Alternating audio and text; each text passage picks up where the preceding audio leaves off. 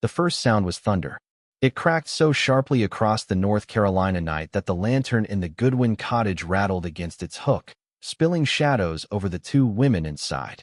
Charity flinched, but did not look up.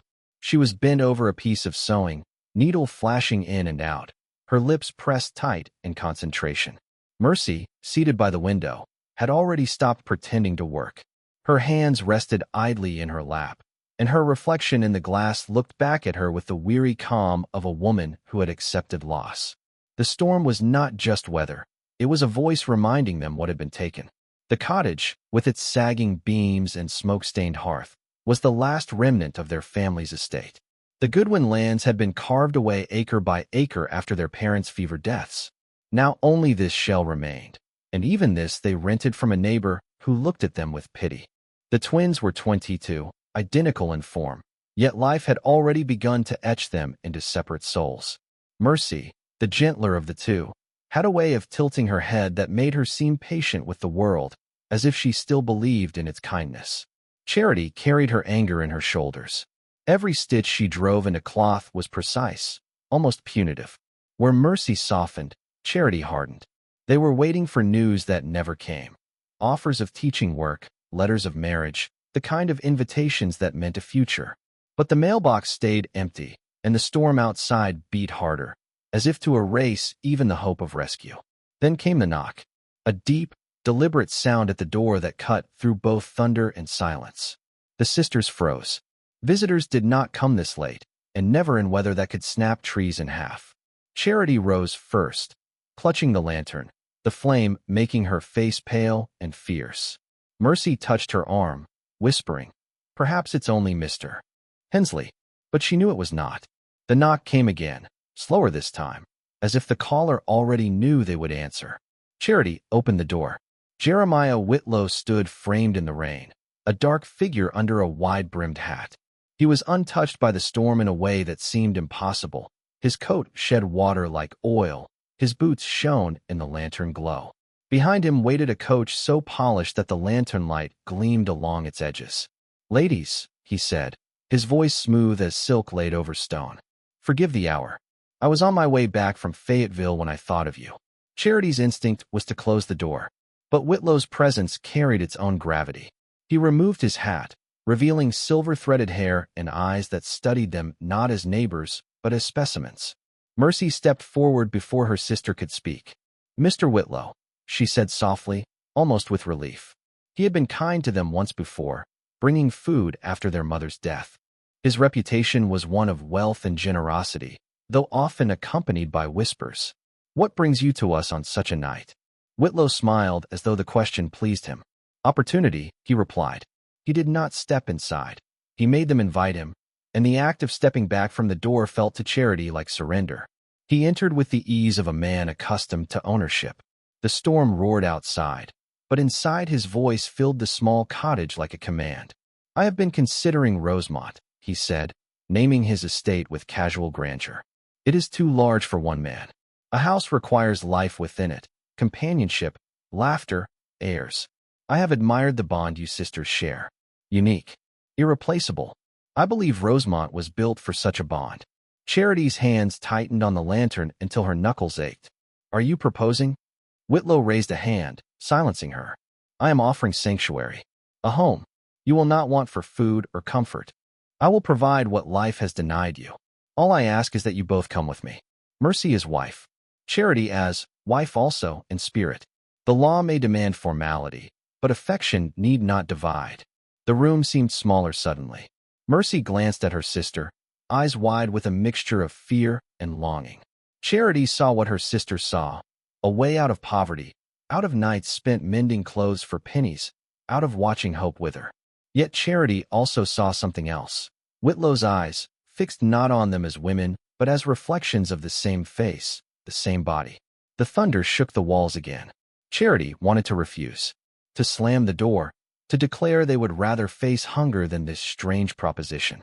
But Mercy's hand slipped into hers, trembling, pleading. In that single touch, Charity felt all their years of shared survival, nights whispering stories under quilts, mornings burying their parents, afternoons bargaining for bread. Mercy could not bear another year of waiting for letters that never came. Whitlow watched them with quiet amusement, as if the outcome was already written. "Think carefully," he murmured. "The world is unkind to young women without protection. Rosemont offers safety. It offers permanence. And I offer devotion." The last word lingered, unsettling in its weight. The lantern flickered. Charity swallowed her protest. Mercy whispered, "We cannot refuse, sister." And so the decision was made not with words, but with silence, the kind of silence that fills a room when a choice has been stolen long before it was offered. Whitlow placed his hat back on his head. "Pack what you need. My coach waits." The storm broke fully then, rain slashing against the windows. Charity's needle lay abandoned on the floor, its thread tangled like an unfinished thought. Mercy gathered her shawl around her shoulders, her face pale but determined. Together, they stepped into the night. The coach door closed behind them with a heavy sound that echoed louder than the thunder. Inside smelled faintly of leather and lavender, a perfume that seemed to cling to the seats as if many women had sat there before. Whitlow climbed in last, his presence filling the space like an unseen hand around their throats. As the wheels turned and the cottage disappeared behind them, Charity pressed her forehead to the rain-streaked glass. The reflection staring back at her was her sister's face, so like her own, yet already carrying a shadow. Rosemont awaited, and somewhere in the storm's roar, Charity thought she heard another sound, softer, thinner, almost like a child crying in the distance. Perfect. Let's build Section 2 with suspenseful immersion, emotional depth, and slow burn unease. This part should deepen the sisters' relationship, show Rosemont's beauty hiding menace, and plant early cracks of dread. The rain had stopped by the time they reached Rosemont. The sky was still swollen with storm clouds, but the estate stood gleaming against the darkness as if untouched by weather. Columns rose pale and massive at the front, lanterns flickering in brass holders that made the house look less like a home and more like a courthouse awaiting judgment.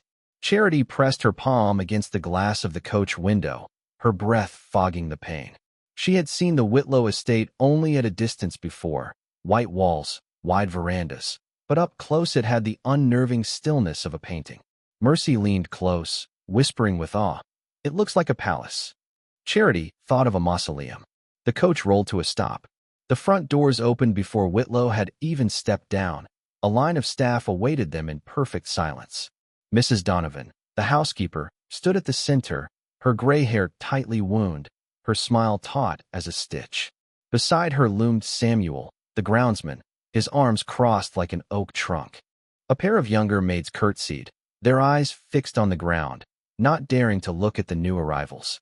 Whitlow offered his gloved hand to Mercy first, then to Charity, guiding them up the marble steps with a courtly grace that made refusal impossible. "Welcome home," he murmured. Inside, the air smelled faintly of lemon oil and lavender soap. Candles burned in glass sconces along the corridor, throwing steady light across polished wood floors. The house breathed wealth in every detail: velvet curtains, rugs imported from Persia, mirrors framed in gilt. Yet there was something too precise in the arrangement, as though each object had been placed by a hand obsessed with symmetry. Even the flowers on the table were mirrored in pairs, their petals facing inward as if bowing to one another.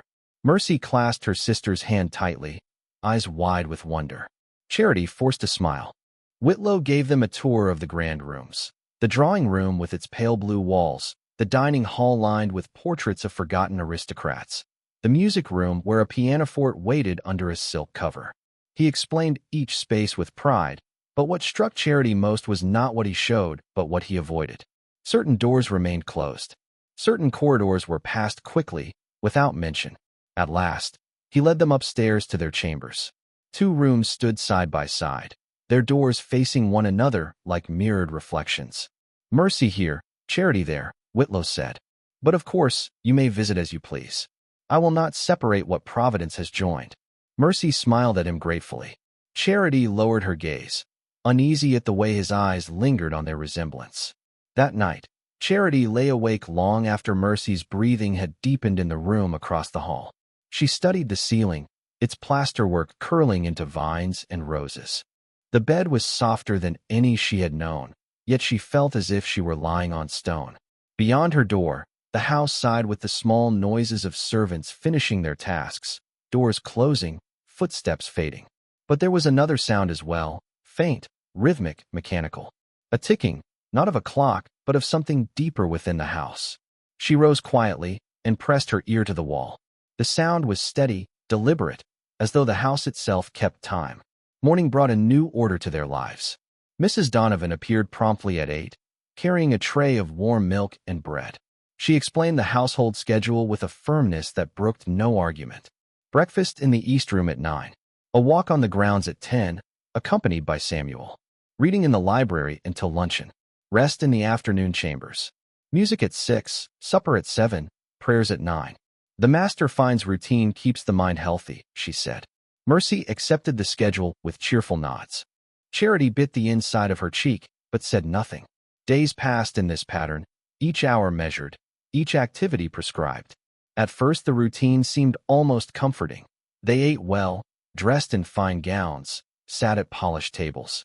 But the longer it lasted, the more the rhythm felt like a leash. Whitlow appeared at intervals, sometimes to read poetry aloud, sometimes to sit in silence and study them as if their presence alone were a performance.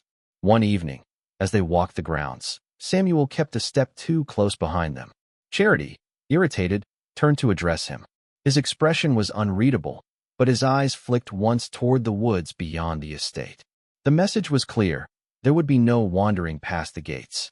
Mercy tried to laugh it off. It is only for our safety, she whispered. He wants to protect us. Charity's voice was sharp. Protection should not feel like a prison. Their unease deepened when Dr. Fletcher arrived. He was a man of middle years, thin, his spectacles fogging as he examined them.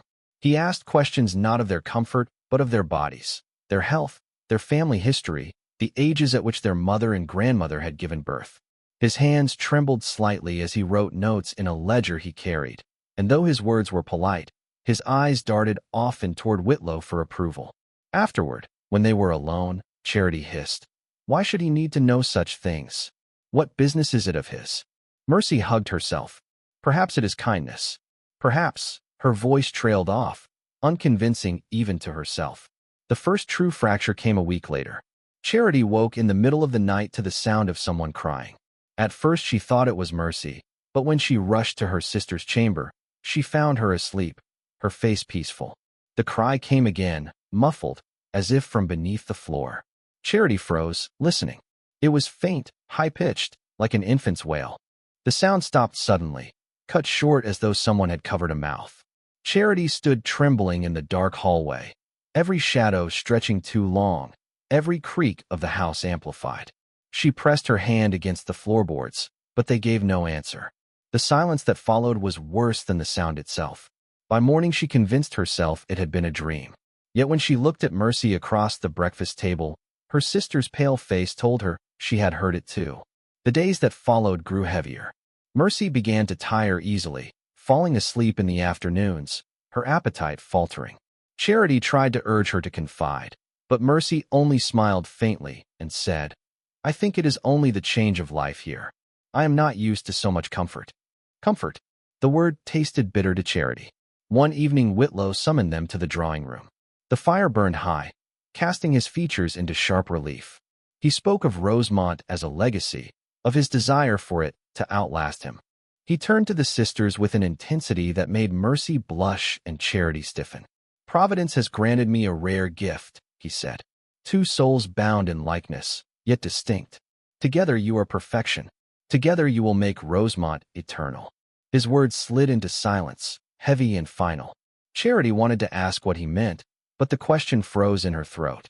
Mercy lowered her eyes, her cheeks burning. Whitlow looked between them as though studying a mirror for cracks. The fire snapped in the grate.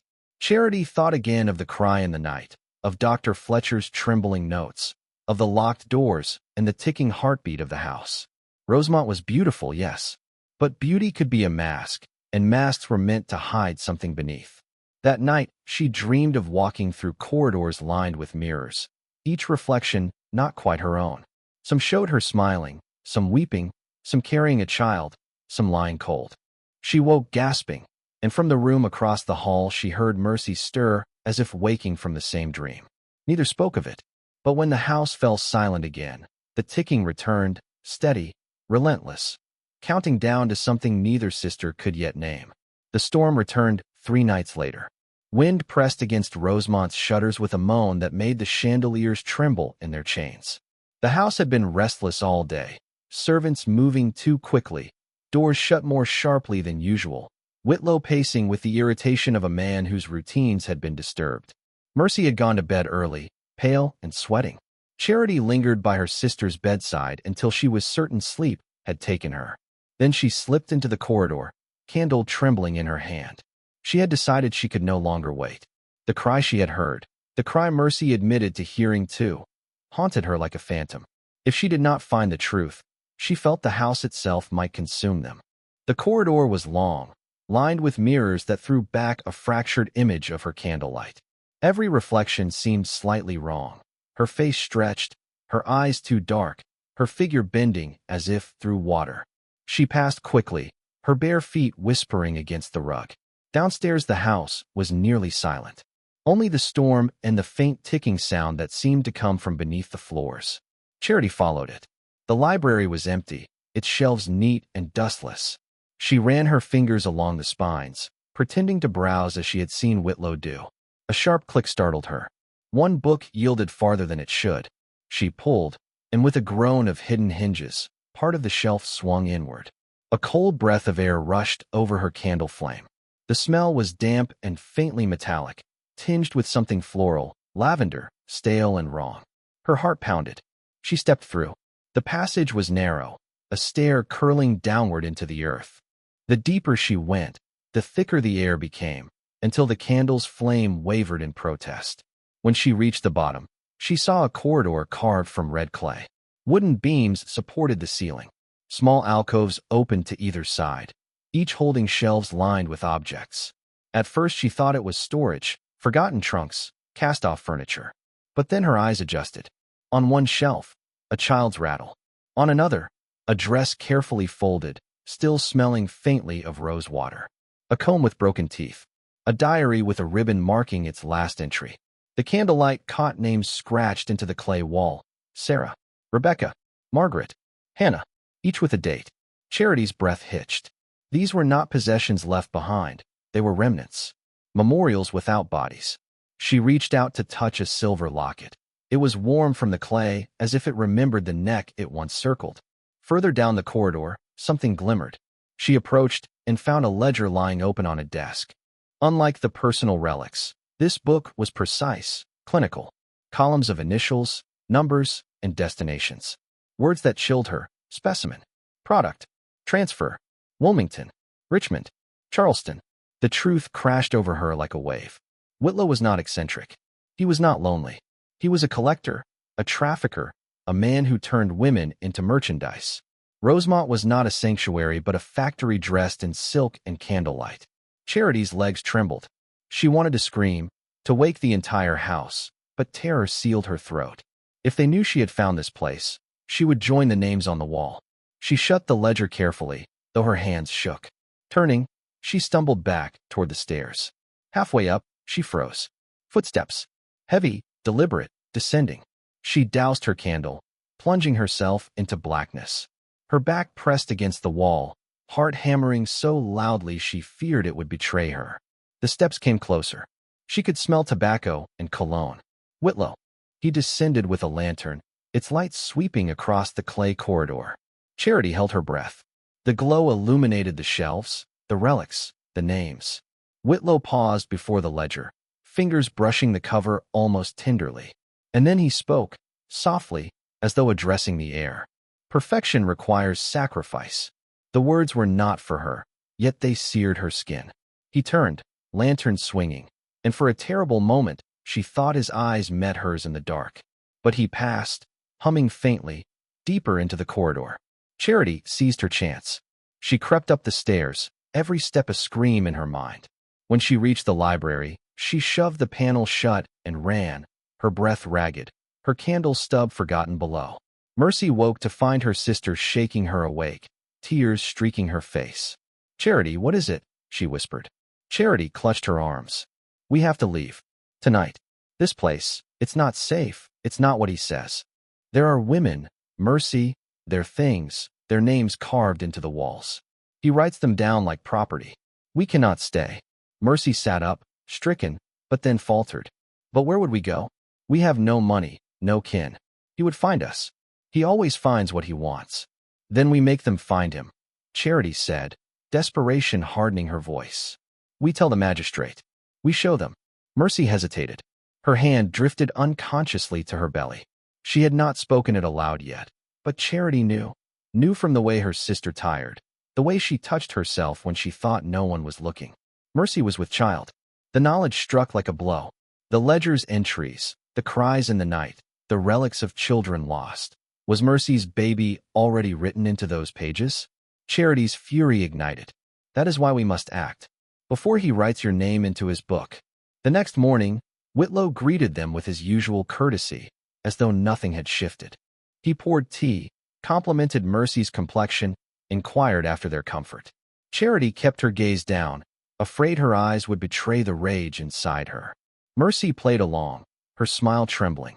But Charity saw the truth now in every gesture. The way Whitlow's fingers lingered too long on the porcelain cup, the way his gaze flicked between the twins like a man comparing specimens. The house itself seemed altered, every corridor a vein carrying poison. She had crossed a threshold. Once seen, it could not be unseen. That evening, Whitlow announced that Dr. Fletcher would return within days to conduct further examinations. His tone was mild, but the air tightened with menace. Charity excused herself quickly, rushing to the library, desperate to confirm what she had read. She tugged at the shelf, but the passage would not open. Whitlow had locked it. She pressed her forehead against the wood, fury shaking her. The evidence was there, hidden behind walls, but unreachable. Without it, who would believe her? Whitlow was respected, wealthy, a patron of the church. She was a woman with no fortune, no power. The storm outside cracked again. She returned to her room to find Mercy sitting at the vanity, hands folded over her belly, eyes wet with silent tears. Charity knelt beside her. We will not let him take what is ours, Charity whispered. Mercy's voice broke. But what if we cannot stop him? Charity looked into her sister's face, the same face she saw in mirrors, and felt something inside her crystallize. Fear had guided her until now. But fear would not save Mercy. It would not save the child. Resolve settled in her bones. If the house was a prison, she would find its cracks. If Whitlow was a collector, she would make him the specimen. The storm roared, and with it, Charity's decision. She would no longer wait for rescue. She would become it. The days after Charity's discovery moved like hours stolen from a clock. Every routine felt sharper, every glance weighted. Mercy's health faltered further. Her cheeks paled, her steps slowed. Her eyes seemed always heavy with exhaustion. But beneath her weariness glowed a fragile brightness. She was carrying life. Charity saw it in the small way her sister touched her belly when she thought no one noticed. That secret was both miracle and curse. Whitlow noticed too. At breakfast, he studied Mercy with unusual attentiveness, remarking on her appetite, her complexion, the glow of expectancy. He said it with a tone too intimate, too proprietary, as though Mercy's condition belonged to him.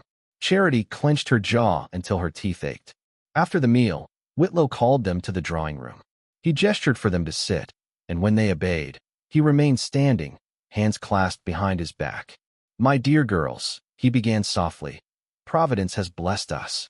A continuation of beauty, of symmetry, of perfection. It is no small thing to create legacy. Rosemont demands it. Mercy lowered her gaze, embarrassed. Charity stared at the carpet, afraid her anger would ignite in her eyes. Whitlow's voice sharpened. Dr. Fletcher will arrive again tomorrow. We must ensure everything proceeds correctly. Order is vital. His words seemed harmless, but Charity heard the steel beneath them. Order, control, ownership. That night, Charity could not sleep. She paced her chamber, staring at the closed door of Mercy's room across the hall. She thought of the ledger locked away, the names carved into clay. She thought of Whitlow watching Mercy with his collector's eyes. At last she crossed into her sister's room. Mercy lay awake, as if waiting. Her face was pale in the lamplight, her hands folded protectively over her belly. I heard you walking, she whispered. Your steps sounded angry. They are, Charity said, sitting at the edge of the bed. Mercy, we cannot wait any longer. Fletcher comes tomorrow. Whatever happens after, we may not get another chance. Mercy's lips trembled. I want to believe you, but I am so tired. What if we are wrong? What if he only means to care for us? Charity grabbed her hand. Look at me. Do you remember the cry we heard? The things in the cellar? The names. Mercy's eyes filled with tears. Yes. He keeps records. Like we are cattle, like the baby you carry is already his. If we do nothing, he will take everything. We must act before Fletcher arrives. Mercy's tears spilled down her cheeks. But how? We are watched. Samuel never leaves the gates. Mrs. Donovan fears him too much to help. Where would we even go? Charity's voice cracked with desperation. Then we do not go. We make the world come to us. If we can get word beyond these walls, if anyone sees the truth, they cannot ignore it. Mercy's hand clutched hers fiercely. Promise me, Charity. Promise you will not let him take my child. Charity's throat closed around the words. But she nodded, and the promise etched itself into her bones. The next morning, Rosemont woke with unnatural precision. Servants moved briskly, polishing silver, arranging linens, scrubbing as though for inspection. Whitlow's footsteps echoed through the halls. His voice drifted like a low hum of authority. Dr. Fletcher arrived by noon. His carriage wheels crunched against the gravel drive. He entered the house with his medical bag and averted eyes. Charity watched him carefully. She had seen his weakness before, the tremor in his hands, the guilt in his glance. If anyone within Rosemont could be bent to mercy, it might be him.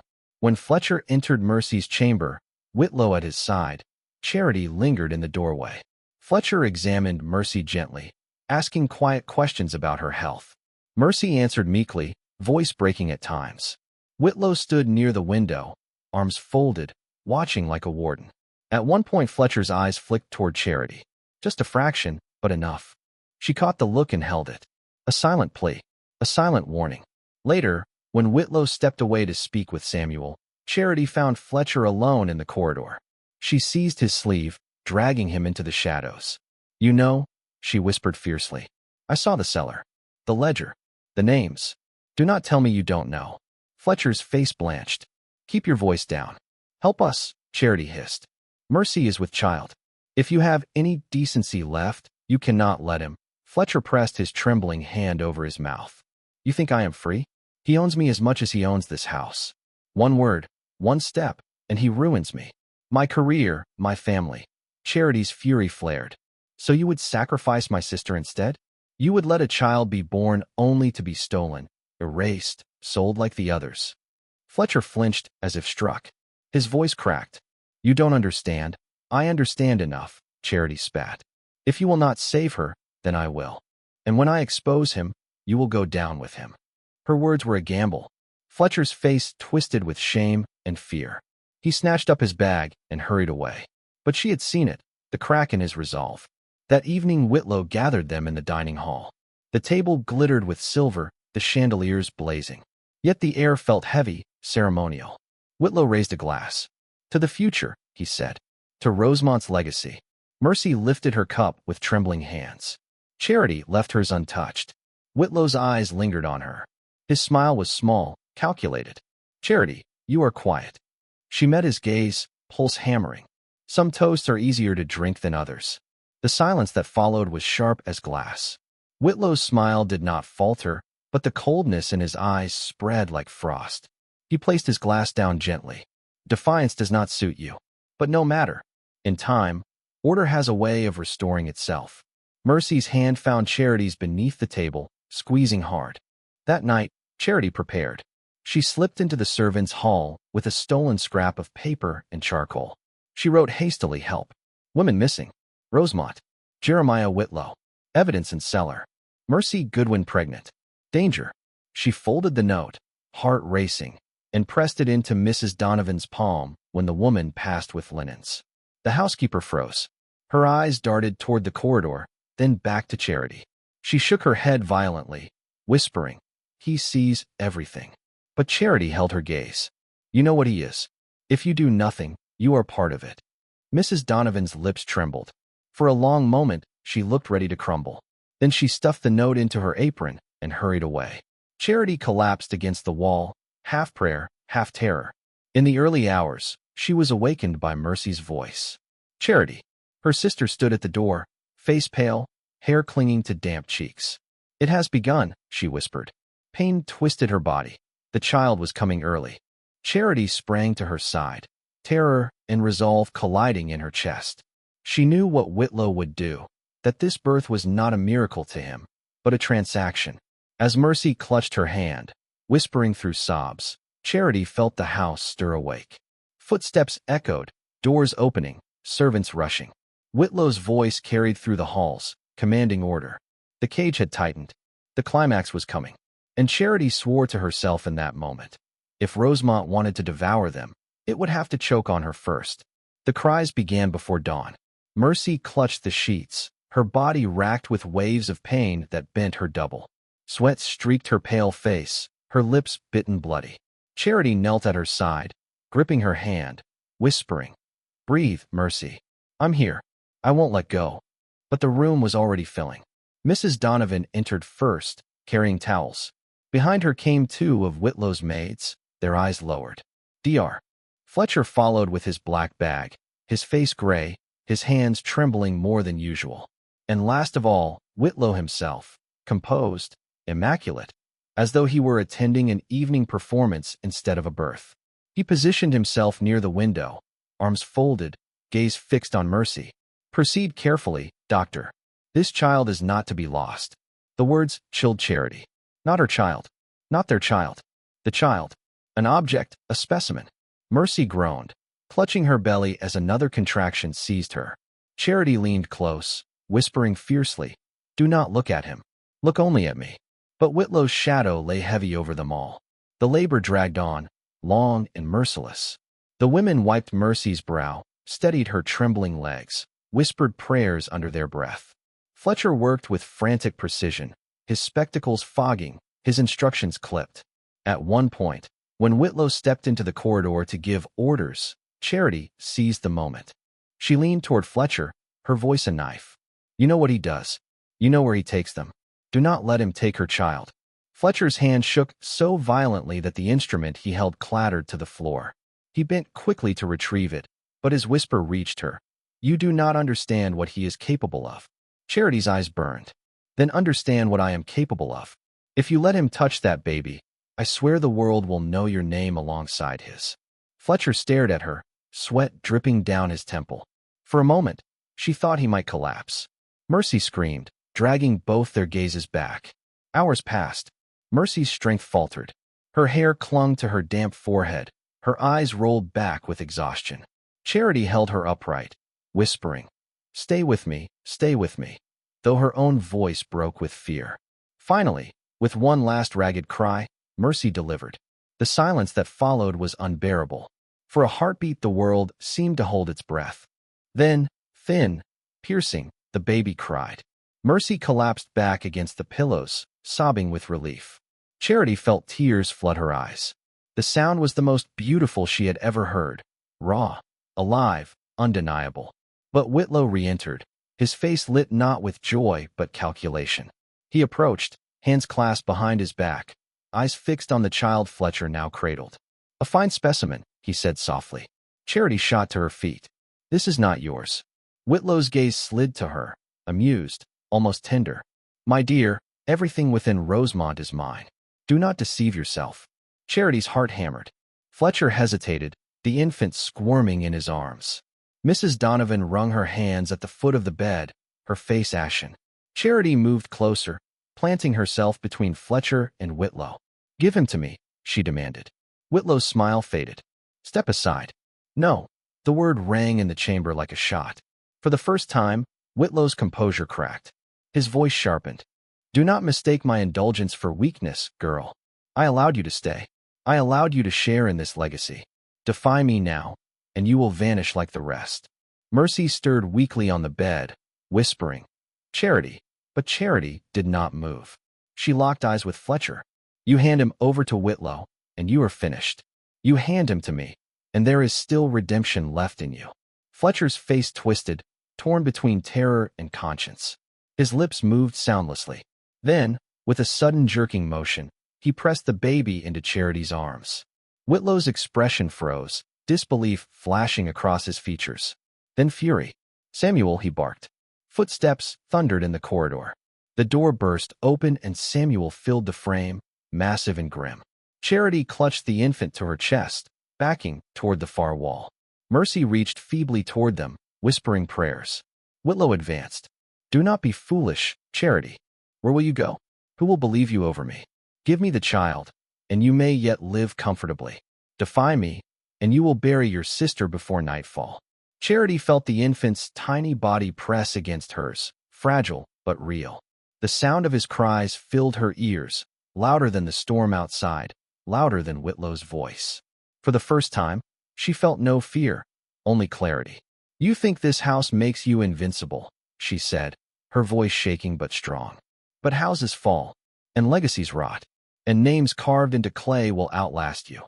Whitlow's hand twitched, reaching for her. Then came the sound. Hooves on gravel, shouts, the slam of a door forced open. The room froze. Mrs. Donovan's trembling whisper broke the silence. "I sent word."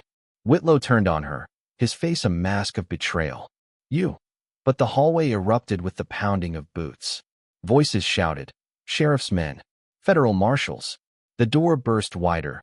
Uniformed men storming in, weapons raised. Whitlow's fury twisted to disbelief, then to a desperate mask of civility. "Gentlemen," he began smoothly, "there has been some mistake. Hands where we can see them," the sheriff barked. Whitlow hesitated. That hesitation ended him. Samuel lunged forward to defend, but the marshals seized him, dragging him back.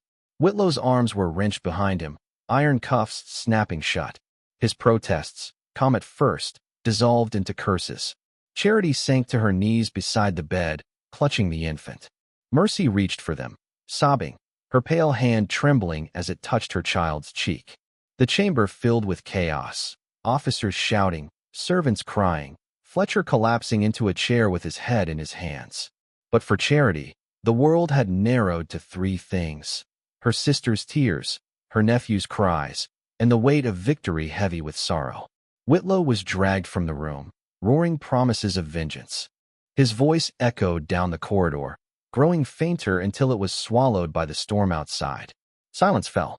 Charity pressed her forehead to Mercy's, their tears mingling. "He's safe," she whispered. "You're both safe." Mercy's eyes fluttered closed, exhaustion overtaking her. But her lips curved faintly, the first true smile in months. The infant's cries softened into hiccups. His tiny fingers curled around Charity's thumb, anchoring her to the present. And for the first time since stepping into Rosemont, she believed they might survive. The house died before the man did. Rosemont, once so immaculate, became a carcass the moment Whitlow was dragged away in irons. The chandeliers lost their gleam, the curtains sagged, the symmetry collapsed into dust. By the time the marshals finished their search, every locked door stood open. What had been whispers were now records, shelves of relics carried into daylight, ledgers copied into evidence, names written into reports. But no report could capture the smell of that cellar, lavender over clay, or the silence after an infant's cry. Mercy never returned to Rosemont after the night of her labor. She was carried out on a stretcher, her newborn swaddled in cloth against her chest.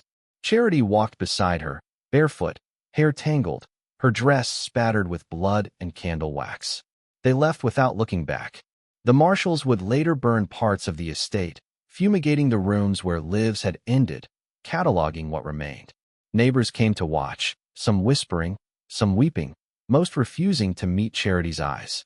Respectable society, so eager to accept Whitlow's hospitality, now pretended it had never trusted him. The weeks that followed blurred into hospitals and hearings. Mercy lay weak in a whitewashed room, her child, Thomas, sleeping at her side. She moved slowly, but she was alive, and her baby's tiny breath steadied her heart. Charity remained always close, but her restlessness grew. She testified before the magistrates, her voice cutting through the murmurs of disbelief. She named the women she had read in clay: Sarah, Rebecca, Margaret, Hannah. She recited ledger entries from memory, her eyes fixed on Whitlow as he sat restrained across the chamber. Each word felt like striking flint, sparking light in places long dark. Dr. Fletcher broke at last, spilling confessions in a torrent, shipments, buyers, the code in the ledger. His shame became a weapon turned against Whitlow. Mrs. Donovan testified too, her voice trembling but resolute, admitting her silence, confessing her part in maintaining the facade. The courtroom smelled of ink and sweat, a place where truth dragged itself through the mire of law. Whitlow never pleaded guilty. He smiled even in chains, speaking of order and destiny, of preserving perfection. But no smile could erase the weight of names carved into clay. The verdict was inevitable. After the trial, when the noise of judgment subsided, the sisters returned to a small cottage near Fayetteville. Not the one of their childhood. Death had long since stolen that away, but a modest house with a crooked porch and a garden that Mercy tended when her strength allowed. Charity took work teaching again, her hands ink-stained, her voice patient with children who reminded her that innocence could still exist. Mercy devoted herself to Thomas, whose cries, though piercing, never struck fear in her the way other cries once had. Each time he laughed, she wept a little, as though laughter itself was proof that the world could be different. But survival carried shadows. Mercy startled at sudden noises. Charity woke at night to phantom ticking beneath the floorboards. Sometimes, when the wind blew, both sisters swore they could hear faint sobs carried with it, as if the women of Rosemont still cried for recognition. To answer them, Charity began keeping a book. She wrote down every name she had seen, every detail she remembered from the cellar, the locket, the rattle, the wedding dress that smelled of lavender. She filled the pages with testimony, refusing to let memory rot in silence. Mercy added what she could, scraps of overheard words, half-remembered prayers. Together they built a record that was both accusation and memorial. This way, Charity whispered one evening, as Thomas slept between them, they cannot vanish. Not entirely. Years turned. Thomas grew, first to a boy chasing chickens in the yard, then to a young man with fire in his voice. He studied law, saying he wanted to mend what had been broken. Mercy listened to him argue imaginary cases with invisible judges and felt pride rise like warmth through her scars. Charity kept teaching, but she also traveled when asked, standing before assemblies of women, speaking of vigilance, of trust betrayed, of beauty turned to trap. She did not soften her words. She carried the cellar with her, forcing others to see it. Some looked away. Others wept. A few acted. Whitlow died in prison. The news came folded in a letter, stark and unemotional. Charity read it aloud to Mercy on the porch. Her sister's eyes closed, her hand tightening around her teacup. Does it end there? Mercy whispered. Charity shook her head. Men die, houses fall, but the silence of the lost will not rest until it is answered. One spring afternoon, long after, the sisters returned together to the field where Rosemont had once stood. Nothing remained but scattered stones and wild grass. Children from nearby farms played there, laughing, rolling down the slope. Mercy stood still, Thomas's hand in hers. Charity knelt and set down the small music box she had carried since that night, salvaged from the cellar. She wound it once. The dancer twirled, the tinny melody spilling into the open air. The children stopped to listen, curious. Mercy watched their faces, sunlight glinting in their eyes, and for the first time she did not flinch at the sound. Charity spoke softly, not to the children but to the earth itself. Sarah, Rebecca, Margaret, Hannah, and all the others whose names we did not know. Her voice trembled. You are not forgotten. Mercy's tears fell silently. Thomas knelt beside his aunt, placing his hand on the box, his young voice steady. Not forgotten. The melody ended. Silence spread, but it was not the silence of Rosemont's halls. It was open, living, broken only by the sound of wind through the grass. In the years that followed, people said the Goodwin sisters carried an aura with them, a quiet authority, born not of wealth but of survival. They were not saints, not untouchable. They were human, scarred and strong, carrying shadows and light in equal measure. When Charity finally closed her memorial book, its pages thick with names and recollections, she set it on the mantel and whispered, "Now it belongs to the world." The story ended where it began, with two sisters, hands entwined. But they were no longer orphans waiting for salvation, no longer prey in a gilded cage. They were witnesses, Survivors. A living answer to cruelty. And when the lanterns burned low at night, when the ticking of memory returned in the silence, they did not cower. They listened. For listening was the promise they had made, that the cries buried beneath Rosemont would not vanish into clay again. E1.